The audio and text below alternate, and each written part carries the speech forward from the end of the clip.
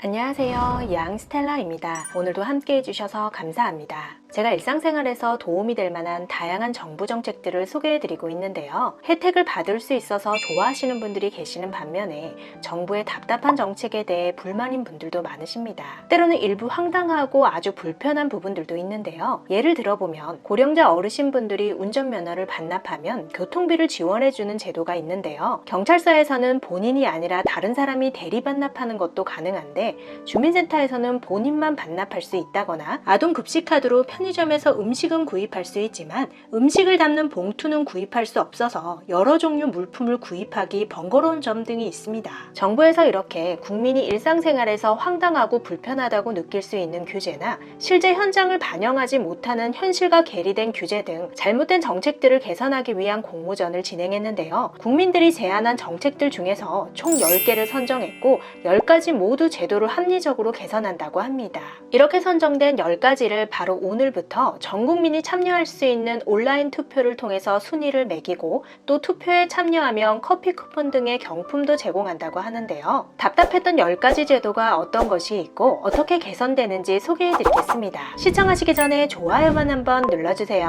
황당한 규제로 불편했던 제도 첫 번째는 신분증 사진 사이즈인데요. 주민등록증이나 여권, 운전면허증 같은 일반적인 신분증은 사진 크기가 가로 3.5cm, 세로 4.5cm인 반면에 청소년의 주민등록증이라고 할 수 있는 청소년증은 사진 규격이 가로 3cm, 세로 4cm로 다르다고 합니다. 그래서 여권 사진이 있지만 사이즈가 안 맞아서 사진을 다시 찍어야 하는 번거로움이 생기는데요. 앞으로 여성가족부에서 청소년증 사진 규격을 다른 신분증과 동일한 사이즈로 변경할 예정입니다. 두 번째로 최근 반려견 인구가 부쩍 늘어났고 작년부터는 반려견 목줄 착용이 의무화되면서 목줄 길이를 딱 2m 이내로 정했는데요. 이 규정을 위반할 경우 1회에는 벌금 20만원, 2회 30만원, 3회 50만원의 생각보다 큰 과태료를 부과하기 시작했습니다. 반려인분들 잘 지키고 계시겠죠? 단 동물보호법에서는 3개월 미만 반려견의 경우 목줄 착용 의무를 예외로 하고 있는데요. 하지만 공원에 출입할 때 안내문을 보면 반려견 연령과 상관없이 모든 반려견에 대해 목줄 착용을 의무화하고 있습니다.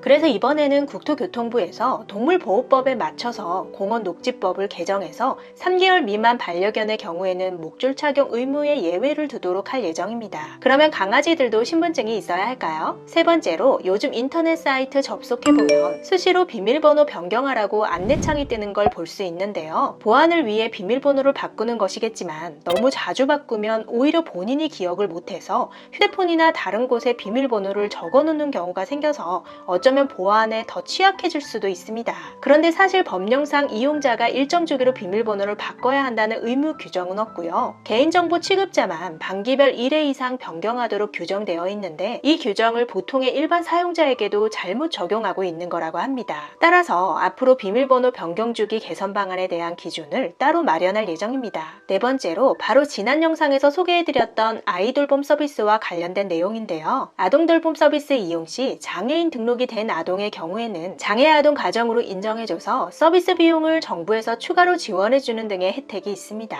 하지만 어린 나이에 다른 아이들보다 행동이 조금 느린 정도의 경증 발달 장애가 있는 경우에는 부모가 노력만 하면 치료할 수 있다는 간절한 믿음으로 행정상으로 아이를 장애인 등록까지는 안 할 수 있는데요. 이런 경우에는 당연히 법적으로 장애인 등록이 안 되어 있으니까 추가 지원을 받을 수 없었습니다. 하지만 앞으로는 아이돌봄 서비스에서 장애인 등록이 되어 있지 않더라도 의사진단서나 특수교육 대상자 진단평가 결과서 등으로 장애 아동 가정으로 인정해주고 정부에서 추가 지원을 해줄 예정입니다. 다섯 번째로 국가에서 정한 유해인자 사업장에서 근무하는 근로자는 주기적으로 특수건강진단을 받아야 하는데요. 특수건강진단 검사 항목 중에서 일산화탄소의 경우에는 작업이 끝나고 10분에서 15분 이내에 혈액 채취를 해야 하지만 현실적으로 병원으로 이동하고 대기하는 시간이 있어서 물리적으로 불가능했습니다. 이러한 현실성 없는 검사 규정을 개선할 예정입니다. 이렇게 황당한 규제 등의 정부 정책 10가지가 국민들의 제안으로 선정됐는데요. 이 10가지 제도를 두고 오늘 6월 13일부터 22일 오후 6시까지 황당교재 포털이라는 사이트에서 전 국민을 대상으로 국민투표가 진행됩니다. 투표를 통해 제안자들에게는 100만원 상당의 온누리 상품권이 지급되고요.